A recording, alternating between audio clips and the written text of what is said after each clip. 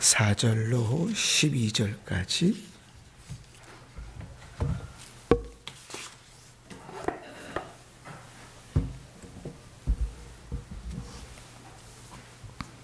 제가 봉독할 때 하나님의 음성 들으시길 바랍니다. 두 사람이 성령의 보내심을 받아 실루기아에 내려가 거기서 배 타고 구브로에 가서 살라미에 이르러 하나님의 말씀을 유대인의 여러 회당에서 전할세 요한을 수행원으로 두었더라. 온 섬 가운데로 지나서 바보에 이르러 바 예수라 하는 유대인 거짓 선지자인 마술사를 만나니 그가 총독 서기오 바울과 함께 있으니 서기오 바울은 지혜 있는 사람이라 바나바와 사울을 불러 하나님의 말씀을 듣고자 하더라. 이 마술사 엘루마는 이 이름을 번역하면 마술사라 그들을 대적하여 총독으로 믿지 못하게 힘쓰니 바울이라고 하는 사울이 성령이 충만하여 그를 주목하고 이르되 모든 거짓과 악행이 가득한 자요 마귀의 자식이요 모든 의의 원수여 주의 바른 길을 굽게 하기를 그치지 아니하겠느냐. 보라 이제 주의 손이 내 위에 있으니 내가 맹인이 되어 얼마 동안 해를 보지 못하리라 하니 즉시 안개와 어둠이 그를 덮어 인도할 사람을 두루 구하는지라. 이에 총독이 그렇게 된 것을 보고 믿으며 주의 가르치심을 놀랍게 여기니라. 아멘. 한 주간도 평안하셨지요? 명절을 맞아서 가족들이 또 즐거운 시간들 많이 보내셨죠? 네, 늘 기도하는 대로 거룩하고 경건한 시간들을 보내셨으리라 그렇게 생각합니다. 오늘은 교회 설립 37주년을 기념해서 감사 예배를 또한 드리는 날입니다. 지난 세월들을 돌아보면 감사가 참 넘치지요. 그 감사의 제목들을 헤아리라고 하면 아마 수없이 감사의 제목들을 많을 것이고 저보다도 더 오래 이 자리를 지키셨던 성도님들은 저보다 훨씬 더 많은 감사의 제목들이 넘치시리라 그렇게 생각합니다. 하나님 앞에 감사할 수 있다는 것은 대단히 귀하고 중요한 일입니다. 감사가 없다는 것은 교만하다는 것이고 감사가 없다는 것은 은혜를 잊고 산다는 것이니까요. 그러므로 우리가 37주년 교회를 돌아보며 감사의 제목들을 뽑을 수 있다는 것, 여러분께서 한 주간 동안 삶을 돌아보면서 교회 37년을 돌아보며 감사의 제목들을 생각하고 또 그 감사의 마음을 담아서 헌금을 준비해 오셨을 텐데 그것은 참 귀하고 복된 일이라 그렇게 생각합니다.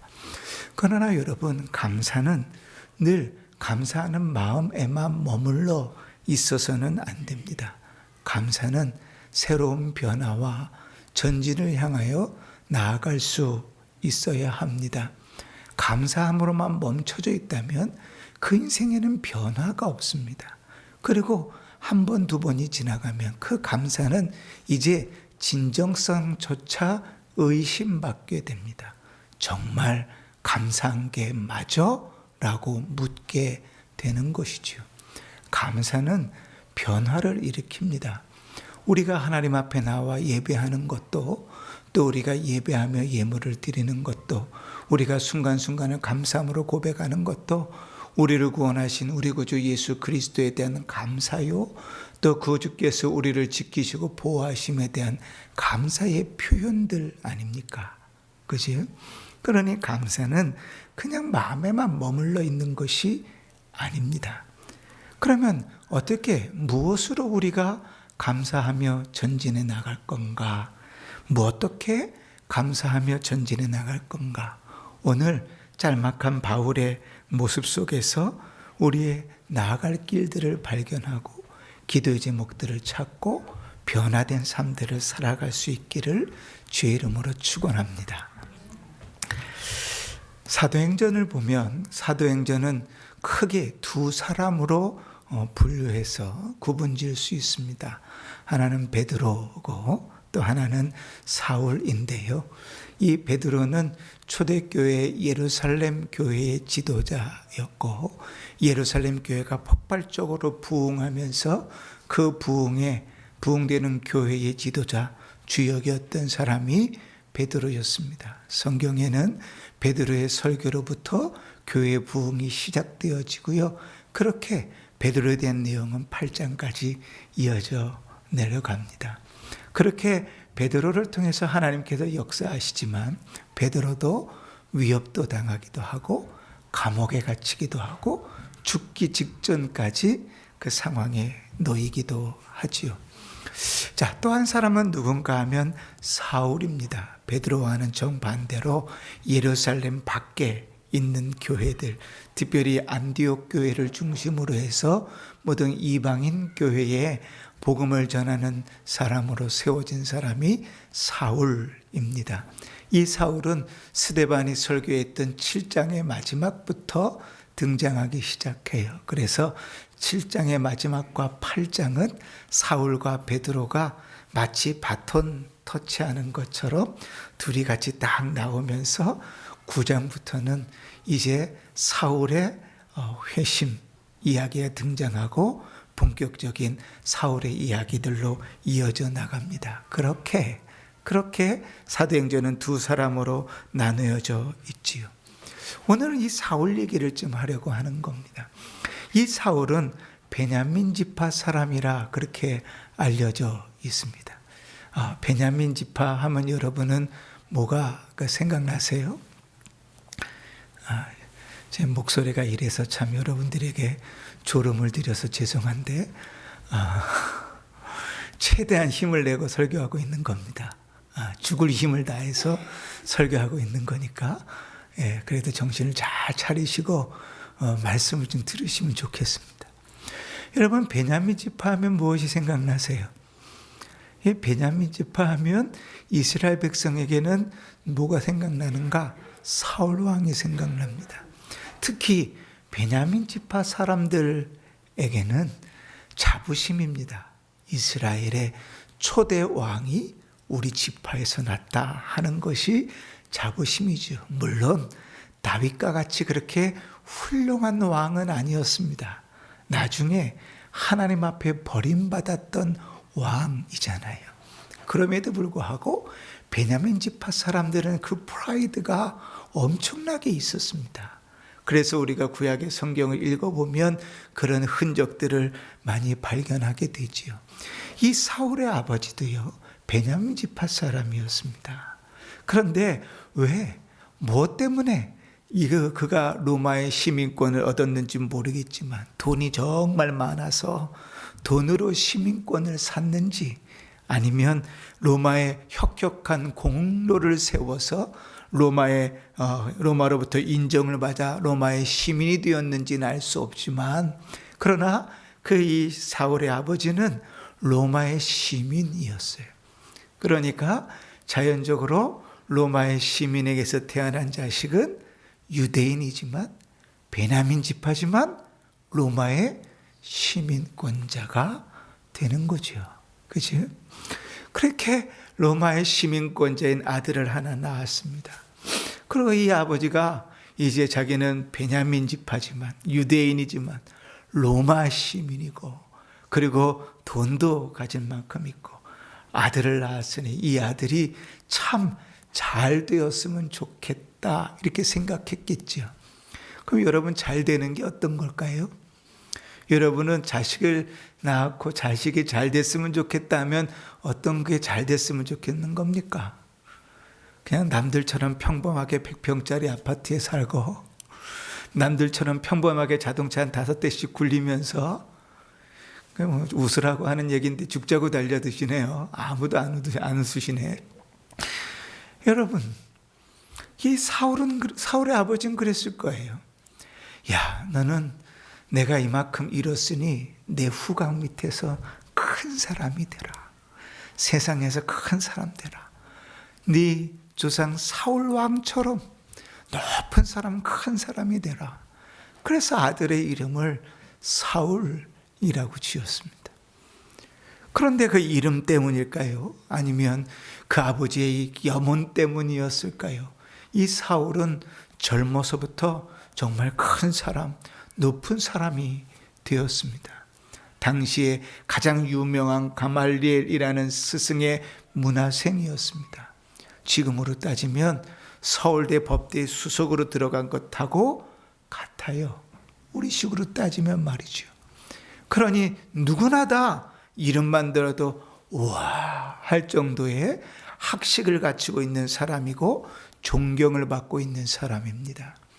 더더군다나 얼마나 율법에 능통했든지 바리새인이었다. 이렇게 성경이 이야기하죠. 더더군다나 그 열심이 얼마나 특출났든지 이미 젊은 나이에 대제사장으로부터 신임을 얻어서 예수 믿는 사람들을 잡아 죽이는 일에 전권을 부여받았다. 그래서 다메섹으로 예수 믿는 사람들을 잡아 죽이러 가는 일에 사울말 한마디면 모든 일이 끝났다고요. 전권을 받았다는 것은 무시무시한 겁니다. 젊은 나이에. 그러니 이름값 하면서 사는 거지요. 비록 로마의 치하 가운데 있어서 왕이 되지는 못했어도 젊은 나이에 아버지의 염원대로 그 아들은요 아주 승승장구한 큰 사람이 되어져 있었습니다. 그런데 그가 이제 다메섹으로 대제사장의 정권을 가지고 예수 믿는 사람들을 죽이러 가다가 잡아 넣으러 가다가 그만 예수를 만난 것 아닙니까? 길가에서 사울아 사울아 내가 왜 나를 핍박하느냐 하는 그 음성과 밝은 빛 가운데 눈이 막히고 눈이 가려지고 그 음성 가운데 두려워 떨면서 주님을 만납니다. 그리고 그 인생이 변하지요. 3년 동안 칩거하면서 그가 주의 말씀 가운데 들어갑니다. 그리고 그 칩거 후에 다소에가 머물러 있을 때 그의 고향에가 머물러 있을 때 바나바라는 사람이 그를 찾아옵니다. 예수 믿는 사람들이 예루살렘으로부터 핍박을 피해 도망가다가 가는 곳마다 유대인들에게만 복음을 전하는데 그 중에 어떤 사람들이 이방인에게도 복음을 전했다가 안디옥의 교회가 세워진 거죠. 예루살렘 교회가 그것을 확인하려고 그곳에 바나바를 보냅니다. 그랬더니 그곳의 교회가 아름답게 서 있는 모습을 보고 이 바나바가 다소의 칩거에 있는 사울을 찾아가서 그를 데리고 와서 안디옥에서 목회를 시작합니다. 그렇게 두 사람이 목회를 하기 시작한 그 교회가 1년 동안에 얼마나 든든하게 세워졌든지 3명의 다른 지도자가 더 세워졌고 5명의 안디옥 교회의 지도자들이 얼마나 교회를 아름답게 일궜든지 그 교회 성도들이 얼마나 아름답게 신앙생활을 했든지 믿지 않는 자들이 그들을 보면서 조롱하기를 에잇 그리스도인들 이렇게 불렀단 말이죠. 우리로 따지면 예수쟁이들 이런 말이죠. 그리스도인이라 처음 불려진 것이 이 안디옥 교회 교인들이라.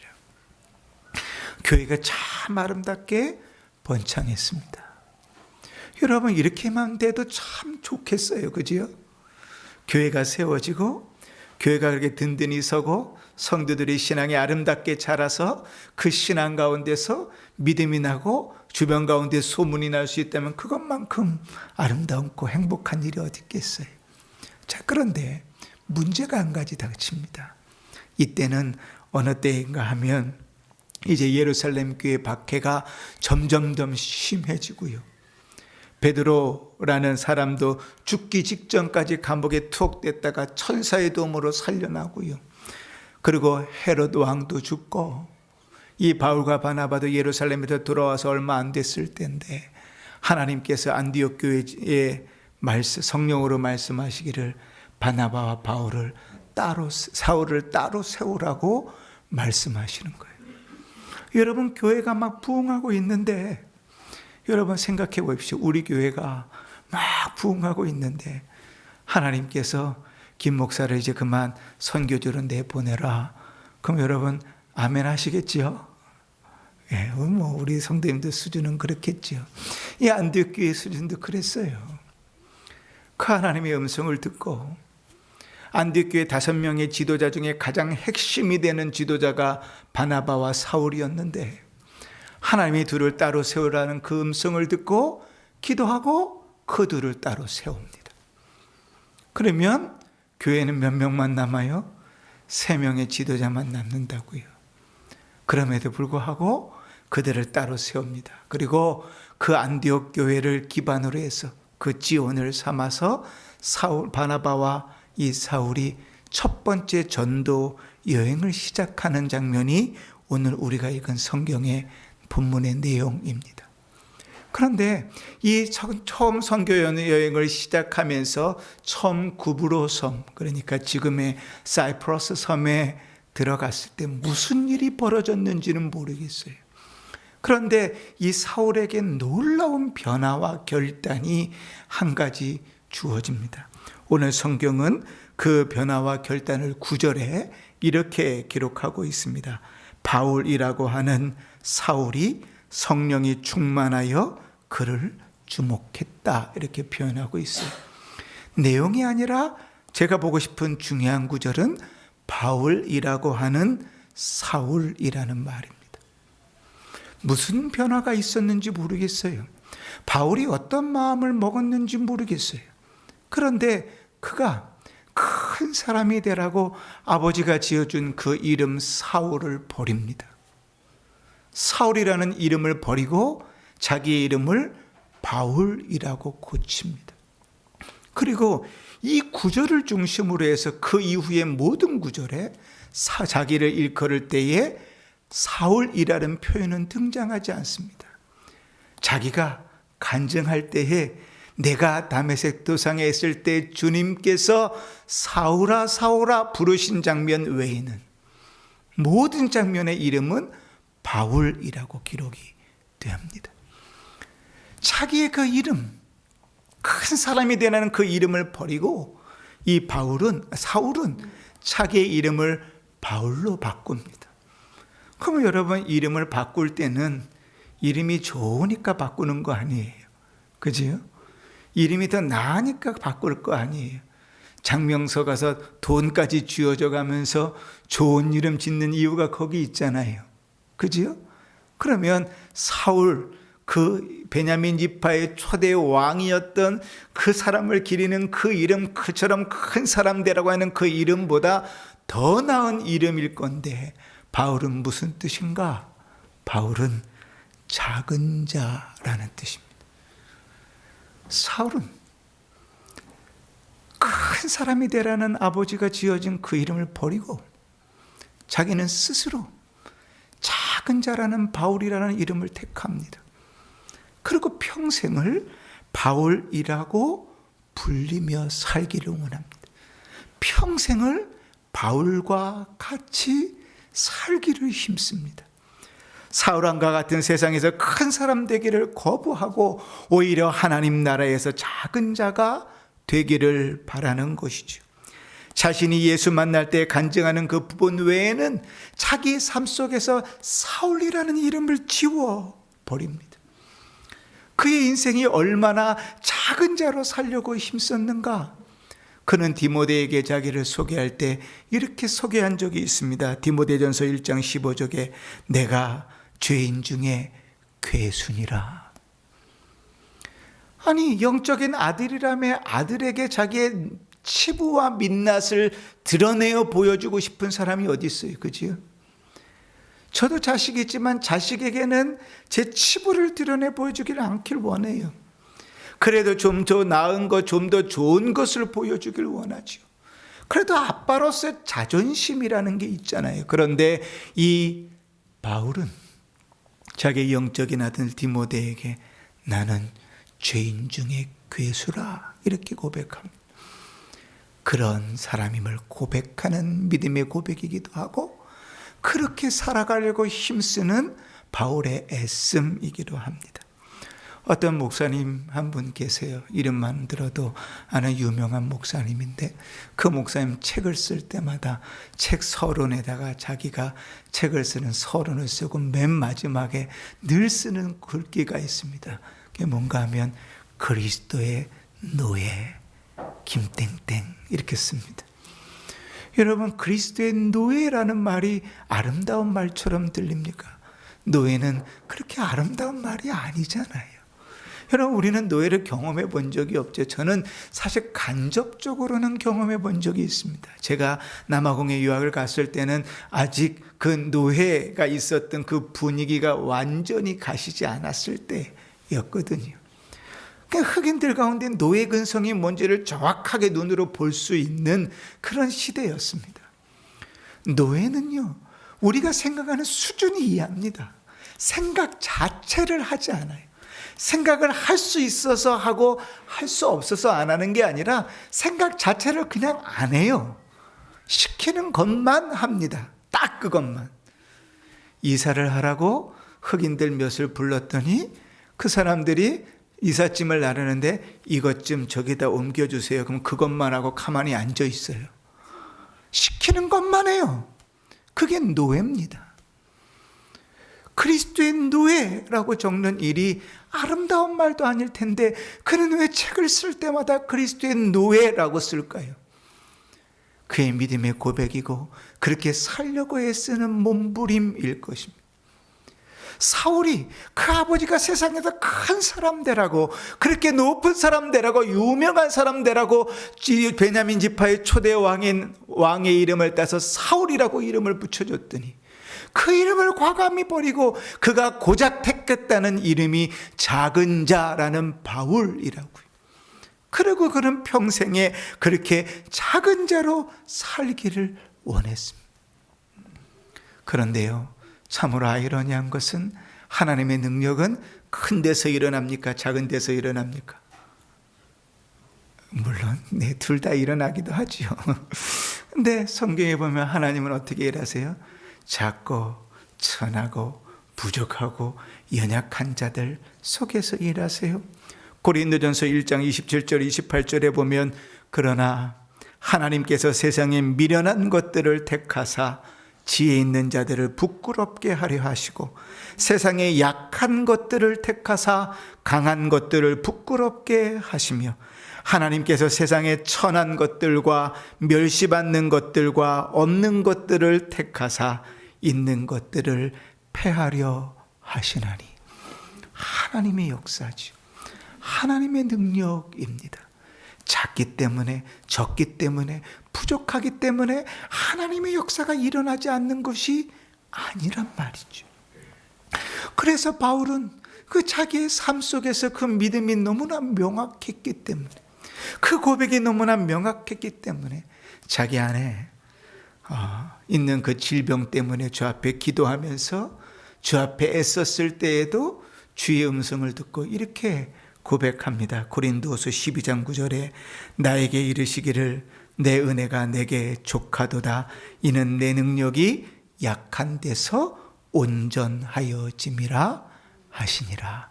아멘.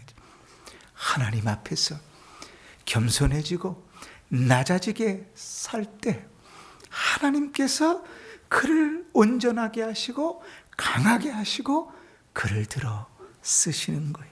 그게 하나님께서 쓰시는, 하나님 앞에 살아가는 바울의 믿음이고 그의 신앙 고백이었던 거죠. 사랑하는 성도 여러분, 우리가 세상에서 교회됨으로, 성도됨으로 힘써야 될 것들은 무엇일까요? 교회가 커지는 것입니까? 성도들이 많아지는 것입니까? 연수가 깊어지는 것입니까? 그 무엇이 우리의 목적이고 우리의 바람입니까? 우리 주님께서는 우리에게 주어지는, 우리에게 요구되는 것을 낮아지라고 이야기하십니다. 그는 근본 하나님의 본체시나 하나님과 동등됨을 취할 것으로 여기지 아니하시고 오히려 자기를 비어 종의 형체를 가져 사람과 같이 되었다고 성경은 이해합니다. 그러나 그런 천하디 천한 예수 그리스도를 그리스도께서 모든 이름 위에 뛰어난 이름을 주사 모든 만물이 그를 경배하게 만드시는 것이 하나님의 역사입니다. 그러니 여러분 37주년을 지나는 이 복된 날에 우리의 삶을 돌아보면서 더 겸손한 자가 되기를 바랍니다. 교회의 일꾼된 자로 섬기는 겸손이 있기를 바랍니다. 하나님 앞에 성도로서 낮아지는 일이 있기를 바랍니다. 교회는 그렇게 낮아진 자들을 통해서 세워져 나갑니다. 우리가 바울의 원래 이름 사울 이야기를 했으니까요.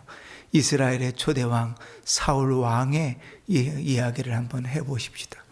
하나님께서 이스라엘 백성들의 요구에 왕을 세워주시겠다고 하고 사울이라는 사람, 기스의 아들 사울이라는 사람을 발견하셔서 택해서 부르셨습니다.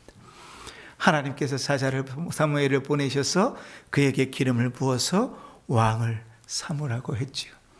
그런데요, 이 사울이 얼마나 겸손하고 얼마나 정직한 사람이었든지 자기는 그럴 깜냥이 되지 않다는 사실을 알았어요. 그래서요, 온 백성들이 모여서 왕을 기대하는 자리에서도 숨어 있었던 자 아닙니까? 그렇게 겸손했기 때문에 주님께서 그를 들어서 쓰셨습니다. 그런데 그런 겸손했던 자가 점점 교만해져서 왕이 할 수 없는 제사를 지내고 하나님을 두려워하지 않고 백성을 두려워하다 보니 하나님께서 어떻게 합니까? 그를 한 번, 두 번 경고한 이후에 왕에서 버리십니다. 겸손했을 때 그를 쓰셨던 주께서 교만해지시니까 그를 버리시는 거죠. 여러분, 솔로몬은 어떻습니까? 솔로몬은 아버지 다윗의 적통을 이어서 왕이 된 사람입니다. 그죠? 솔로몬이 왕이 된 그 순간에 많은 사람들이 그의 왕이 됨 앞에서 항변할 수가 없었어요. 이제 왕이 되었으니 왕으로서의 권세를 누리기만 하면 되는데 그가 하나님 앞에 일천번제를 드릴 때 하나님께서 그에게 찾아오셔서 묻습니다. 내가 너에게 뭘 해줄까? 라고 묻지요. 그때 솔로몬이 뭐라고 이야기합니까? 주님, 나는 어린아이입니다. 하나님이 이 수많은 백성들을 다스릴 지혜가 없습니다. 하나님 앞에 자신의 낮아짐과 자신의 정직함으로 겸손함으로 낮췄을 때 하나님께서 그를 높이시죠.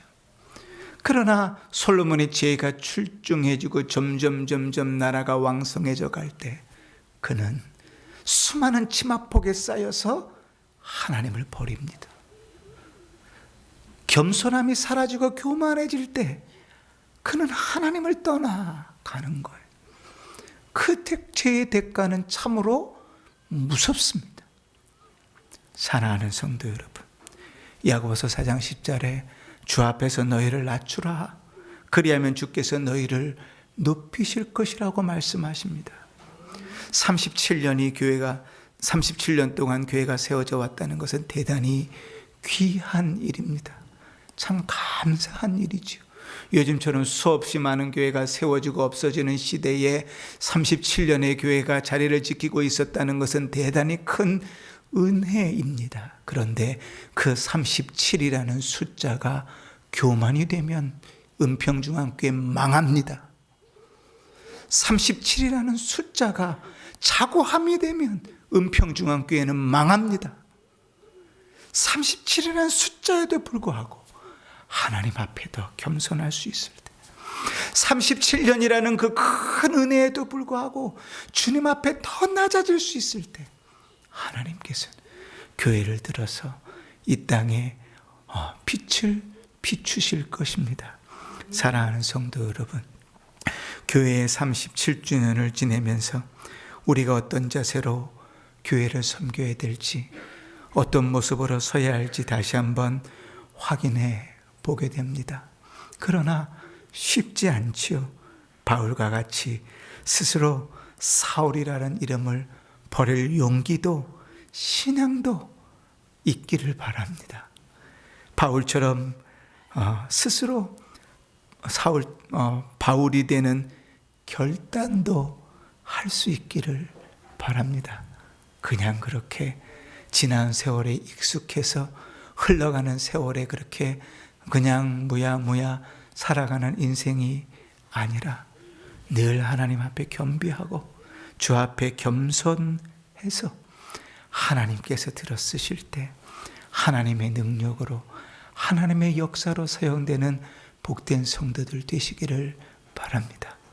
이번 한 주도 그런 은혜 가운데 살 수 있길 바라고 남은 37년도 그런 은혜 가운데 부응하는 복된 성도들 되시기를, 교회가 되기를 주의 이름으로 축원합니다. 아멘.